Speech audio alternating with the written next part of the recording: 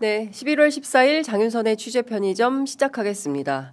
밤사이에 들어온 속보들이 많아서 오늘은 그 뉴스퀵 배송 준비한 원고보다 우선 속보를 좀 전해드려야 될 것 같은데요. 박성재 전 법무부 장관에 대한 구속영장이 또다시 기각이 됐습니다. 법원에서는 여전히 혐의 다툼의 여지가 있다라는 입장을 밝히고 있는데요. 남세진 부장판사는 이런 입장을 밝혔습니다. 종전의 구속영장 기각 결정 이후에 추가된 범죄 혐의와 추가로 수집된 자료를 종합해 봐도 여전히 혐의에 대한 다툼의 여지가 있어서 불구속 상태에서 충분한 방어 기회를 부여받을 필요가 있다. 현재까지 확보된 증거 및 수사 진행 경과, 일정한 주거와 가족관계, 경력 등을 고려하면 향후 증거를 인멸하거나 도망할 염려가 있다고 보기도 어렵다. 위법성을 인식하게 된 경위나 피의자가 인식한 위법성의 구체적인 내용에 다툼의 여지가 있다. 1차 기각 때도 똑같은 입장이 들어가 있었는데요. 저희들이 방송을 통해서 거의 날마다 매일 이야기하고 있는 바 핵심은 박성재 법무부 장관의 경우에는 정부의 법무사무를 통할하는 법무부 장관이었고요. 평생 검사로 밥 벌어먹고 산 사람입니다. 그런 사람이 비상계엄의 위법성을 몰랐다? 그리고 지금까지 추가로 언론에 보도된 그 박성재 법무부 장관과 관련된 혐의 내용이 얼마나 많이 현출이 됐습니까? 특히 12월 4일 저녁에 안가회동이 있을 때 이상민 장관이 빨간 파일을 가지고 갔었다라는 것이 CCTV에 포착된 바 있었죠. 당시에도 박성재 장관도 비슷한 성격의 문건을 휴대전화에서 다운로드 받은 후에 안가회동에 참석을 했다. 그와 관련해서는 오늘 한국일보에서 단독 보도를 한 게 있습니다. 업무수첩이 나왔어요. 업무수첩. 어떤 업무수첩이냐? 그 관련된 내용을 좀 띄워주시면 좋을 것 같은데요. 12월 4일 오후 2시부터 3시간 30분까지 서울 종로구 삼청동 총리공관에서 당정대 회의를 열었다는 겁니다. 이 회의에서 윤석열의 비상계엄 선포를 합리화하고 정당화하기 위한 논리를 개발할 필요성이 있다라는 공통인식을 마련한 걸로 특검팀은 보고 있습니다. 어떤 문장이 있냐면요. 당정대 회의에서 당 컨센서스 계엄이라는 표현이 나옵니다. 그리고 정당성, 이유, 이론 구성. 왜 했냐? 불가피성 할 수밖에 없었다. 야당이 계속 탄핵한다고 하고 예산 관련해서 막고 그래서 할 수밖에 없었다. 이른바 윤석열 내란수계가 비상계엄 선포할 때 했었던 그 논리를 그대로 받아서 이유, 불가피성을 설명하는 것이고요. 그리고 나서 또 어떤 내용들이 있냐면 중도의 임기를 포기하거나 임기 중단을 해서는 안 된다. 사퇴, 탄핵, 특검 수사, 가로 열고 내란.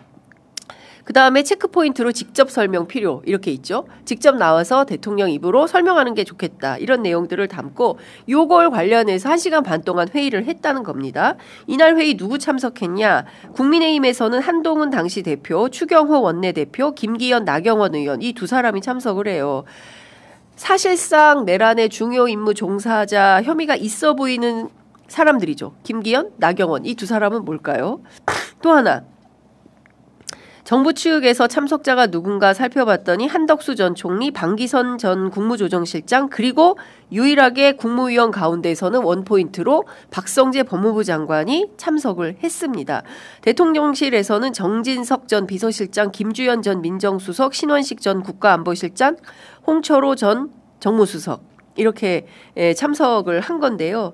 이 자리에서 앞서 말씀드린 대로 당의 컨센서스가 필요하다라는 것이고 당정대가 계엄을 합리화하기 위한 논리를 공유했을 가능성이 있다. 이렇게 특검팀은 보고 있는 것입니다. 중요한 것은 이날 당정대 회의가 3시 30분에 끝났는데요. 회의 끝나고 나서 박성재 전 법무부 장관이 임세진 전 과장에게 직접 전화를 해서 권한남용 문건 작성을 지시하고 무렵은 오후 3시 28분이라는 것이고요.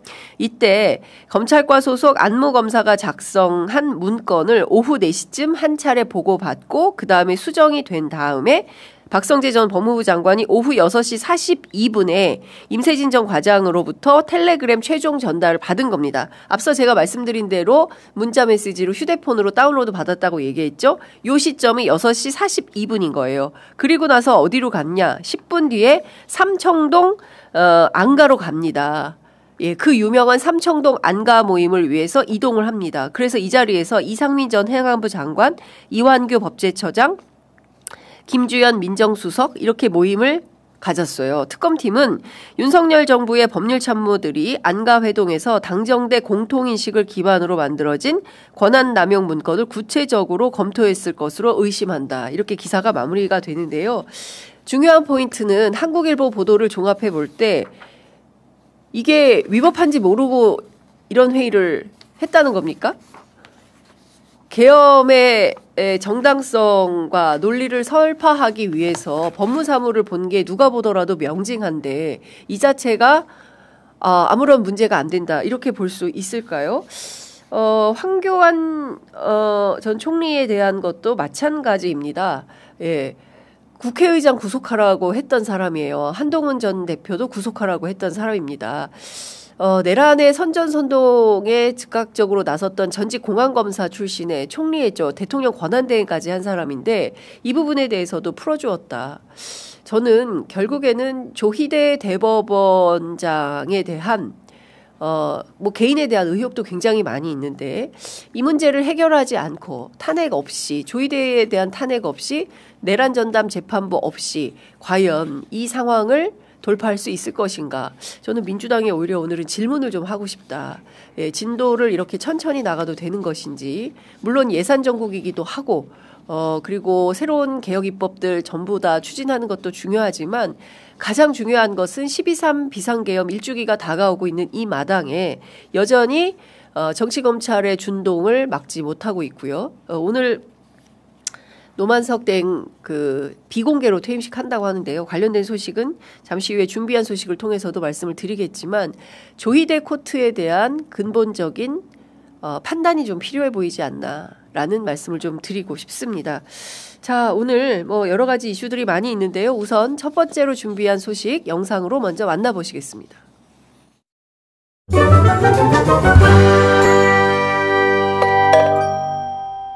내란은 끝났는가?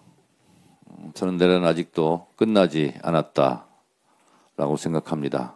언제 어디서든 내란의 불씨는 다시 발화될 수 있겠다라는 생각을 요즘 합니다. 윤 어게인을 외치고 윤석열을 면회하고 어제 뉴스를 보니 우리가 황교안이다 이렇게 누가 외쳤다고 그러는데 내란에 대한 반성과 성찰은 없이 국민의힘은 내란을 옹호하는 정당에서 아직도 탈피하지 못하고 있다는 생각을 했습니다. 법무부 장관은 보직해임, 징계회부, 인사조치 등 가능한 합법적인 모든 수단을 다 써야 할 것으로 생각하고 그렇게 해줄 것을 주장합니다. 이런 사람들이 마치 정의의 사도처럼 떠들다가 피해자 코스프레를 하며 옷을 벗고 변호사 개업을 해서 전관 예우 받으면서 떼돈 버는 그런 관행도 이번에 그 고리를 끊어야 합니다. 정치검찰의 학명이 도를 넘고 있습니다. 사실상 쿠데타여 반란입니다.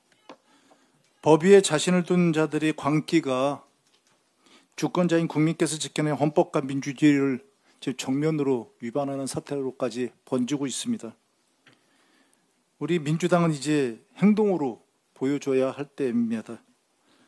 의원님들의 총의를 모아서 오늘 진실규명을 위한 국정조사 요구서를 이번 주 내로 제출하도록 하겠습니다. 국정조사에 이어서 필요하다면 필요해질 것 같습니다. 특검을 추진하겠습니다. 정치검찰의 불법과 특권을 뿌리째 바로 잡고 공직 전체 기강을 바로 세우는 계기로 삼아야 됩니다. 윤석열의 개헌과 내란 시도에 맞선 결기와 깨어있는 시민들의 연대가 지금 다시 요구되고 있습니다. 의원님 여러분, 지금 우리가 서 있는 이 자리, 이 순간의 결단이 대한민국의 미래를 결정할 것입니다. 힘과 지혜를 모아서 검찰개혁과 정치검찰 단죄를 완수합시다. 또 지금은 내란 딱지를 붙여서 아무나 체포하고 또 구속하고 심지어 공무원들의 핸드폰과 PC까지 검열해서 줄 세우기를 하겠다고 하고 있습니다. 이러한 내란몰이 정치 보복의 광풍이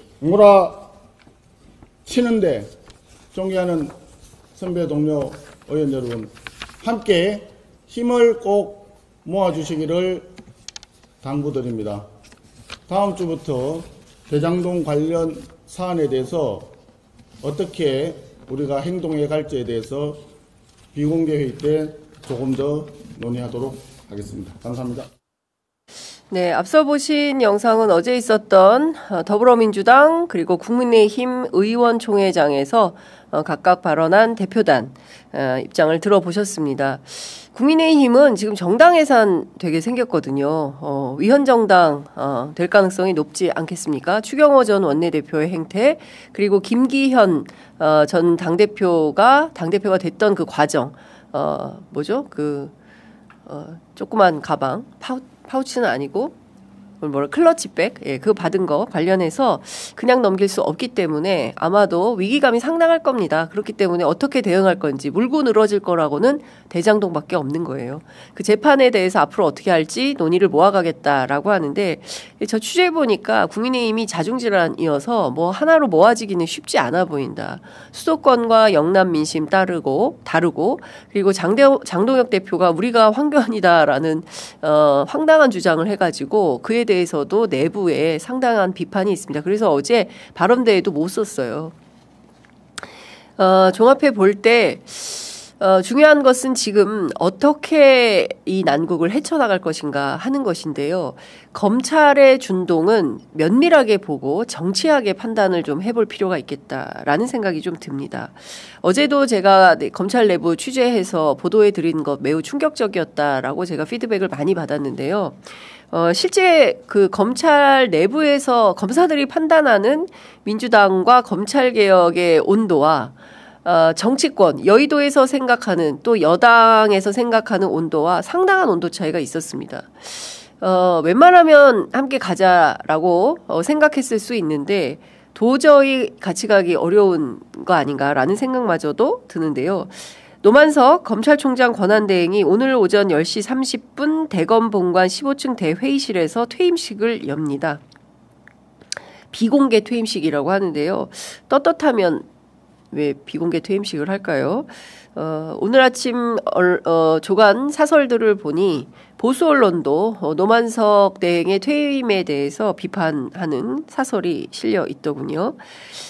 대장동 민간업자 5인방의 1심 판결 이후에 검찰이 스스로 항소하지 않은 데 대한 책임을 지고 물러나는 것인지, 아니면 검찰의 집단항명을 제어하지 못한 책임을 지고 물러나는 것인지 도무지 알 수 없어서 메시지가 뭐가 나올까 궁금했는데 아니나 다를까 정치 시작했습니다. 이분도 여러 매체 인터뷰를 했어요. 특히 중앙일보 단독 보도로 오늘 아침 새벽 5시에 일보가 올라오고 오전 7시 17분에 수정본이 올라온 인터뷰 기사가 있습니다. 모두 90분 동안 자택에서 중앙일보 기자하고 인터뷰를 했다는 건데요.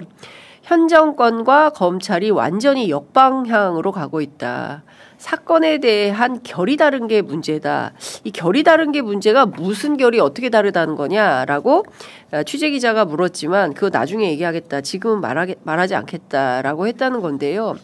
내용을 하나하나 좀 들여다보면 어떻게 이런 분이 국민주권정부의 검찰총장 권한대행으로 대검 차장으로 처음 임명이 됐을까 싶은 생각이 듭니다. 이런 내용들을 얘기를 했어요. 다 떠나서 검사에게 수사받을 수 있는 권리를 국민에게 줘야 한다. 그러니까 정부가 국민 주권 시대를 열겠다고 이야기했는데 그렇다면 검사에게 수사받을 수 있는 권리도 국민에게 주어야 한다. 검사에게 수사받을 권리라는 표현은 여러분 어떻게 생각하십니까? 검찰의 고발에 수사를 요청할 수도 없고 경찰 수사 과정에서 생길 수 있는 억울함, 뭐 이거 물론 생길 수 있죠. 이때 검사에게 수사해달라고 할 수도 없다면 국민주권 시대라고 할 수 있겠냐. 국민주권 시대가 아니라는 겁니다. 검찰에서 검사에게 수사 못 받으면 국민주권 시대가 아니다라는 생각을 하는 겁니다. 검찰 천동설입니까? 그리고 이런 얘기를 합니다. 잠시 후에 저희가 하나하나 좀 따져보겠지만 보안 수사권은 검찰의 권리가 아닌 의무다. 그리고 전권 송치, 그러니까 경찰에서 수사하면 이렇게 바로 올라오는 거죠. 경찰 같은 수사기관을 통제하고 죄 지은 사람을 처벌하기 위한 최소한의 장치다. 보안 수사권은 권리가 아니라 의무다. 이런 주장을 하고 있습니다. 그리고 보안 수사권이나 전권 송치는 국민을 위해서라도 꼭 검찰에 필요하다는 거다. 이런 얘기를 하고 있습니다.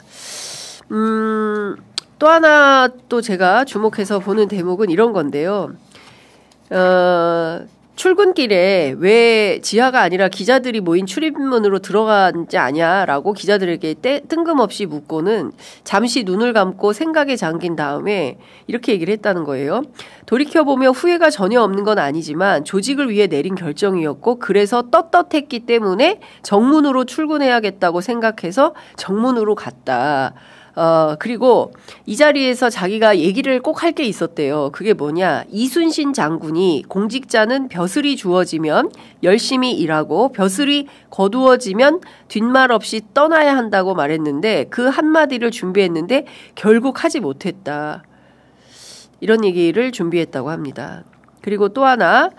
대검 검사들한테 항소 포기한 것에 대해서 후회한다. 이런 말을 노만석 대행이 했던 모양인데 왜 후회하냐? 그때 이런 말 왜 했냐? 라고 기자가 물어보니까 내가 마블 영화 주인공 닥터 스트레인지였다면 다시 그때 지난 7일이죠. 그 항소할 거냐 말 거냐 자정 때까지 뭐 오후 2시 몇 분부터 해서 실시간으로 검찰 내부가 어땠는지 거의 막 무슨 영화의 한 장면처럼 쫙 설명해서 기자들에게 배포하지 않았습니까? 그때 당시로 돌아가서 1000가지 만가지 선택지 중에서 하나의 정답을 찾을 텐데 그때 내가 정답을 찾지 못한 것 같다. 우물쭈물 하다가 시간 다 보냈다. 이 말 하고 있는 겁니다. 그리고 항소 포기 사태에 대한 전말을 밝힐 거냐. 그랬더니 언젠가는 얘기할 기회가 있지 않겠냐. 그렇지만 지금은 아니다. 이러면서 어떤 얘기를 하냐면 여기서부터 밑줄 쫙입니다. 공직자가 위에서 내린 요구를 받아들였으면 그 순간 내 의견이 되는 거다. 공직자가 위에서 내린 요구. 그러니까 사실상 법무부와 용산에서 어떤 요구가 있었다는 거고 그 요구를 받아들였다. 자기가. 그렇기 때문에 그것은 자기 의견이다. 여기서는 내 탓이오를 하는 건데 실제로 누구 탓을 하는 겁니까? 예, 바로 여기에 윗선의 개입이 있었다는 것을 얘기를 하고 있는 거예요. 대통령실에서는 100% 없다고 했습니다. 예, 100% 없다. 그리고 정무수석, 우상호 정무수석이 최근에 SBS 유튜브에 나와서 관련된 설명을 했죠. 동기도 이유도 없다. 유동규 재판에 대통령실이 왜 끼어드냐. 아무런 법률적 실익이 없는데 이런 얘기를 하고 있어요. 그건 상식적으로도 부합하죠. 법무부 장관 정성호 장관도 끊임없이 얘기하고 있습니다. 심사숙고해라. 신중히 검토해라. 아니 장관이 조직에서 선배가 후배한테 그거 신중히 검토해보세요 라고 하는 게 이게 직권남용이냐 이런 반문을 하고 있는 거 아닙니까? 이제 이 자체를 가지고 위에서 내린 요구라고 해석을 하는 건지 아니면 그 밖에 뭐가 있었던 것인지 암시를 하는 거죠. 예, 뭔가 있었나? 기자들이 또 취재해야 되지 않겠습니까? 그렇다면 무슨 내용인지 확인해야 되지 않겠습니까? 그걸 깔고 있는 겁니다. 그리고 이렇게 얘기합니다. 윗선의 의견을 받아들이고 뒤늦게 외압이다, 압력이다 하면 온천지의 직권남용이 남발하지 않겠냐? 이거 무슨 얘기냐면 정성호 법무부 장관 이미 시민단체가 고발을 했더군요.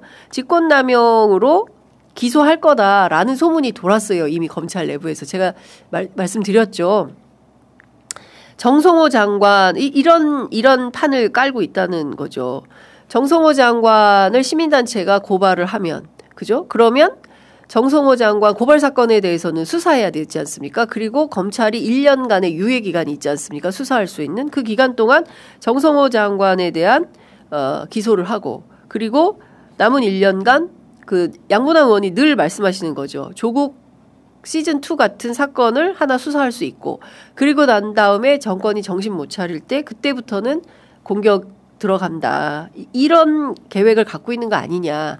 저는 이제 취재 과정에서 추합했지만 또 방송 중에 명예훼손이라고 주장할 수 있어서 이런 판단을 하는 겁니다. 정말 받아들일 수 없는 요구였다면 직을 던지고 안 하면 그만이지만 나는 받아들였고 그 순간 내 결정이 됐다. 누군가가 요구가 있었다라는 걸 계속 암시하고 있어요.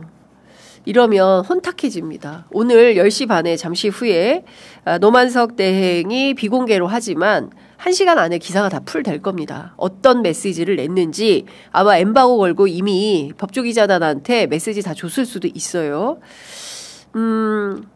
이 얘기합니다. 26년 검사 생활 마치면서 아쉬운 점 뭐냐라고 물어보니까 공직자는 조직을 떠날 때는 입을 닫아야 한다라고 단서를 달면서, 하지만 보안 수사권 문제는 꼭 이야기하고 싶다. 검찰은 검사들의 조직이 아니다. 6천여 명의 수사관과 2천여 명의 실무관, 행정관까지 합치면 모두 10,000명이 몸담고 있는 곳이다. 이들에게, 자 여기 중요하죠. 밑줄 쫙입니다. 이들에겐 수사가 생명이자 목숨과도 같은 것이다. 수사가 생명이자 목숨과도 같은 것. 무슨 얘기입니까? 예. 수사 기소 분리하지 말란 얘기죠. 반드시 수사권을 가지고 와야 된다라는 얘기죠. 제가 앞서서 조금 더 설명을 좀 해드리자면 이런 얘기를 했어요. 후배들의 울분을 내가 잘 안다라면서 그 정성호 법무장관이 취임 후 첫 번째 1호 지시로 무슨 지시를 내렸냐면, 수사기소 분리 차원에서 사건을 수사한 검사가 공소유지를 목적으로 직무대리 발령을 받아서 공판에 출석해가지고 관여하는 것을 금지시켰습니다. 수사검사는 수사만 하고 공판검사는 공판 유지만 해라, 이런 겁니다. 그런 건데 이 부분에 대해서 울분을 잘 알고 있다. 그러면서 이런 얘기합니다. 수사검사의 직무대리도 못하게 하지 않았냐. 항소 포기 자체가 이거 한 번이 문제가 아니라 수사검사들의 권한을 침해했다. 내가 수사했는데 내가 기소도 해야 돼. 그러면 검사들 하는 얘기가 그거 있지 않습니까? 무조건 골인. 그러니까 무리한 기소를 하게 되고 검찰권을 남용하게 되고, 우리가 지금 쭉 아시겠지만 감찰을 통해서 다 확인이 되겠지만 연어회 파티 뭐 이런 의혹들, 그다음에 진술 강요, 남욱이 얘기하지 않습니까? 뭐 밤중에 불러가지고 애들 사진 보여주면서 여기 계속 있을 거야, 나가야 되는 거 아니야? 뭐 배를 가를 수도 있고 뭐 등등등등 이야기하는 거 아닙니까? 이런 거 그만해라, 하지 마라. 수사검사, 기소검사 완전히 분리해서 수사한 걸 가지고 기사검사의 눈으로 객관적으로 공평하게 볼 수 있도록 해야 된다. 그렇게 해야만 무리한 기소가 없다. 이런 얘기를 하고 있는 건데, 이 노만석 검사는 그런 생각이 1도 없는 거예요. 얘기하지 않습니까? 수사가 뭐라 그랬죠? 생명이라 그래요. 예, 생명. 생명이자 목숨이다. 수사권을 뺏어버리면 생명이자 목숨을 뺏어버리는 것과 같다. 검사들 죽이는 것과 같다. 이런 주장을 하고 있는 겁니다. 저는 어떻게 이런 분을 국민주권 시대에 첫 번째 검찰총장 권한대행에 앉혔나라는 생각이 좀 드는 겁니다. 좀 깊이 있게 생각해 봐야 되는 대목이 아닌가 싶고요. 제도개혁도 중요합니다만 인적 청산 없이 이게 되겠습니까? 이런 사람들이 앉아서 끊임없이 이를테면은 물타기를 하거나 역공을 하거나 이럴 때 이거를 어떻게 할 수 있을까요? 검사징계법을 바꿔서 일반 공무원들하고 똑같이 처벌할 수 있도록 파면해서 나가서 변호사에서 떼돈 벌 수 없도록 전관 로비스트로 활동할 수 없도록 그렇게 만드는 것도 중요하지만, 지금 당장 내란 재판 어떻게 되는 건지, 지규현 판사 12월 말까지 한다 그랬다가 내년으로 또 2월 한다는 거 아닙니까? 아시는 것처럼 내년 1월 초에 구속만기 다가옵니다. 그러면 내란 수괴에 대해서 불구속 재판 하겠다는 겁니까? 그러면 국민들이 또다시 광화문에 그 응원봉 들고 또 나가야 됩니까? 저는 정말 너무 답답하다. 그리고 민주당이 조금 속도를 낼 필요가 있습니다. 말만 하는 게 아니라 실천 계획, 행동을 구체적으로 보여주어야 이 사람들이 움찔합니다. 저 사람들 노무현 전 대통령 그렇게 가실 때 문재인 대통령 지금 재판받고 있지 않습니까? 이재명 대통령 5개 재판이 계류 중인 분이에요. 검찰이 보기에 쉽겠습니까? 어렵겠습니까? 로드맵을 확실히 보여주고 어떻게 개혁한다는 것을 따박따박 하나하나 실행되어 간다는 것을 분명하게 보여주어야 의심하지 않습니다. 너희들 이렇게 바뀌는 거야 라고 구체적으로 알려줘야 이 사람들 딴 맘 안 먹습니다. 그런데 우리 정치권 지금 그렇게 하고 있습니까? 민주당 뭐 하고 있죠? 네. 아이고 57분이어서 이건 꼭 해야 될 것 같은데 시간이 있을지 모르겠습니다. 그래도 요거 짧게라도 보고 가겠습니다. 다음 준비한 소식 보겠습니다.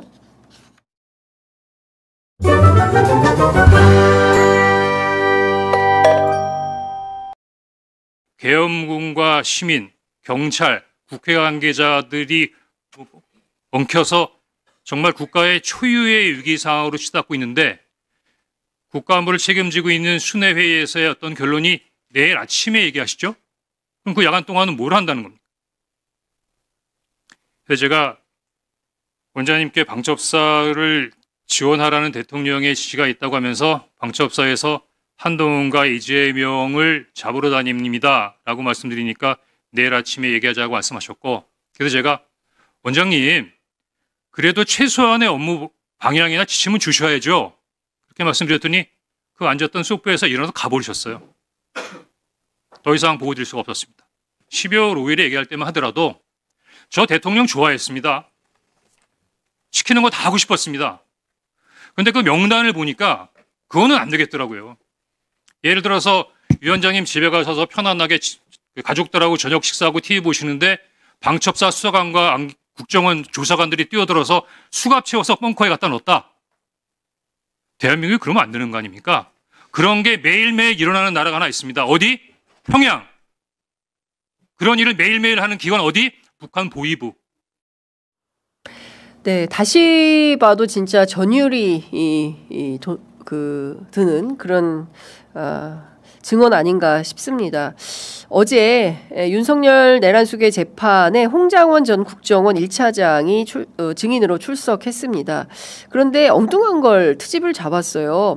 그 체포명단과 관련해서 메모 초고는 지렁이 글씨처럼 돼 있어서 법정에 제시된 메모와 전혀 다르다면서 증거의 신빙성을 문제 삼았습니다. 다 아시는 것처럼 싹 잡아들여. 그러면 대공수사권 다시 국정원에 줄게. 그러니까 이번에 방첩사를 도와. 이런 얘기를 직접 전화로 듣고 이게 어떻게 된 건지 조태용 원장한테 사실 확인하려고 했는데 이거 좀 물어보자. 그리고 지금 뭐 막 방첩사가 정치인들 잡으러 다닌다는데 이거 뭐 어떻게 된 겁니까? 설명 좀 해주십시오 하니까 그 위중한 순간 아유 내일 얘기합시다 하고 소파에 앉아서 일어나서 가버렸다는 거잖아요. 그럴 수 있는 거냐라고 저렇게 증언을 하고 있는 겁니다. 관련해서